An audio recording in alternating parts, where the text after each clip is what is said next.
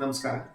ನಾನು ನಿಮ್ಮ urologist doctor Rohit Hegde, Sigandini Health, Sirsi. ಇವತ್ತು ಮೂತ್ರದಲ್ಲಿ ಆಗುವ ಒಂದು ಸೋಂಕು, ಯೂರಿನರಿ ಟ್ರ್ಯಾಕ್ಟ್ ಇನ್ಫೆಕ್ಷನ್ ಅಂದರೆ ಏನು ಅಂತ ತಿಳಿಸ್ಕೊಡ್ತೀನಿ. ಇದು ಮೋಸ್ಟ್ ಕಾಮನ್ಲಿ ಈಕೋಲೈ ಅನ್ನೋ ಒಂದು ಬ್ಯಾಕ್ಟೀರಿಯಾದಿಂದ ನಮ್ಮ ದೇಹದಲ್ಲಿ ಆಗುತ್ತೆ. ಇದು ಹೆಂಗಸರಲ್ಲಿ ನಾವು ಜಾಸ್ತಿಯಾಗಿ ಕಂಡುಬರ್ತೀವಿ. ಅದು ಮುಟ್ಟು ನಿಂತು ಇರುವ ಹೆಂಗಸರಲ್ಲಿ ಇದು ಜಾಸ್ತಿಯಾಗಿ ಕಂಡುಬರುತ್ತೆ. ಗಂಡಸರಲ್ಲಿ ಹೇಳೋದಾದ್ರೆ ಈ ಪ್ರಾಸ್ಟೇಟ್ ತೊಂದರೆಯಿಂದ ಬಳಲ್ತಾ ಇರೋರಲ್ಲಿ ಯಾವಾಗ ಮೂತ್ರ ಪೂರ್ತಿ ಖಾಲಿ ಆಗಲ್ವೋ, ಮೂತ್ರ ಅಲ್ಲೇ ಉಳ್ಕೊಂಡು ಅದರಿಂದನೂ ಕೂಡ ಈ ಯೂರಿನರಿ ಟ್ರ್ಯಾಕ್ಟ್ ಇನ್ಫೆಕ್ಷನ್ ಆಗಬಹುದು. ಸೊ ಈ ಯೂರಿನರಿ ಟ್ರ್ಯಾಕ್ಟ್ ಇನ್ಫೆಕ್ಷನ್ ಇಂದ ಬಳಲ್ತಾ ಇರೋರು ಏನೇನು ಸಿಂಪ್ಟಮ್ಸ್ನ ಕಂಡುಬರುತ್ತೆ. ಸೊ ಮೂತ್ರ ನಿಮಗೆ ಪಾಸ್ ಮಾಡಬೇಕಾದ್ರೆ ತುಂಬ ಉರಿ ಆಗುತ್ತೆ, ಬಿಸಿ ಬಿಸಿಯಾಗಿ ಮೂತ್ರ ಪಾಸ್ ಆದಂಗೆ ಅನಿಸುತ್ತೆ. ಹೊಕ್ಕಳ ಕೆಳಗಡೆ ನೋವು, ಕಿಬ್ಬೊಟ್ಟೆಯಲ್ಲಿ ನೋವು ಬರ್ಬೋದು, ನಿಮಗೆ ಜ್ವರ ಬರ್ಬೋದು, ಮೈ ನಡುಕ ಬರ್ಬೋದು, ಮಾತ್ರೆಗಳು ತಗೊಂಡ್ರೂ ಕೂಡ ಜ್ವರ ಕಡಿಮೆ ಆಗದೆ ಇರಬಹುದು.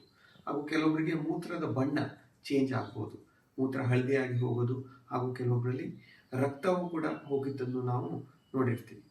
ಸೊ ಈ ರೀತಿ ಆದಾಗ ನೀವು ಏನು ಮಾಡಬೇಕು? ಯಾವುದೇ ರೀತಿಯಾದ ಒಂದು ಡಿಲೇಯನ್ನು ಮಾಡದೆ ತಕ್ಷಣ ನಿಮ್ಮ ಯೂರಾಲಜಿಸ್ಟ್ನ ಭೇಟಿ ಮಾಡಿ. ಆ ಭೇಟಿ ಮಾಡಿದಾಗ ನಾವು ನಿಮ್ಮ ಸಿಂಪ್ಟಮ್ಸ್ನೆಲ್ಲ ಏನು ತೊಂದರೆ ಇದೆ ಅದನ್ನು ಅಸೆಸ್ ಮಾಡಿಬಿಟ್ಟು ಕೆಲವೊಂದು ಪರೀಕ್ಷೆಯನ್ನು ಮಾಡ್ತೀವಿ.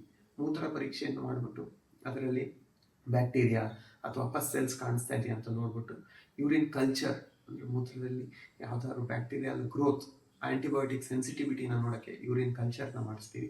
ಅವಶ್ಯಕತೆ ಬಿದ್ದಲ್ಲಿ ಹೊಟ್ಟೆಯ ಸ್ಕ್ಯಾನನ್ನು ಕೂಡ ಮಾಡಿಸ್ತೀವಿ. ಆ ರೀತಿ ಆದಮೇಲೆ ಇದರಲ್ಲಿ ನಿಮ್ಗೆ ತೊಂದರೆಗಳು ಕಂಡು ಬಂದಲ್ಲಿ ನಾವು ನಿಮಗೆ ಆ್ಯಂಟಿಬಯೋಟಿಕ್ಕನ್ನು ಶುರು ಮಾಡಬೇಕಾಗುತ್ತೆ.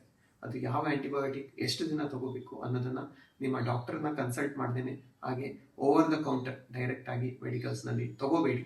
ನಿಮಗೆ ಕರೆಕ್ಟಾಗಿ ಸೂಟ್ ಆಗುವಂಥ ಆ್ಯಂಟಿಬಯೋಟಿಕ್ನ ಸರಿಯಾದ ಸಮಯದಲ್ಲಿ, ಸರಿಯಾದ ಸಮಯದ ಮತ್ತು ಎಷ್ಟು ದಿನಕ್ಕೆ ತಗೋಬೇಕು ಅಂತ ನೀವು ಕರೆಕ್ಟಾಗಿ ಪಾಲಿಸಿದ್ರೆ ಈ ಮೂತ್ರದ ಇನ್ಫೆಕ್ಷನ್ ಮತ್ತೆ ಮತ್ತೆ ಆಗೋದನ್ನು ತಡಿಬೋದು.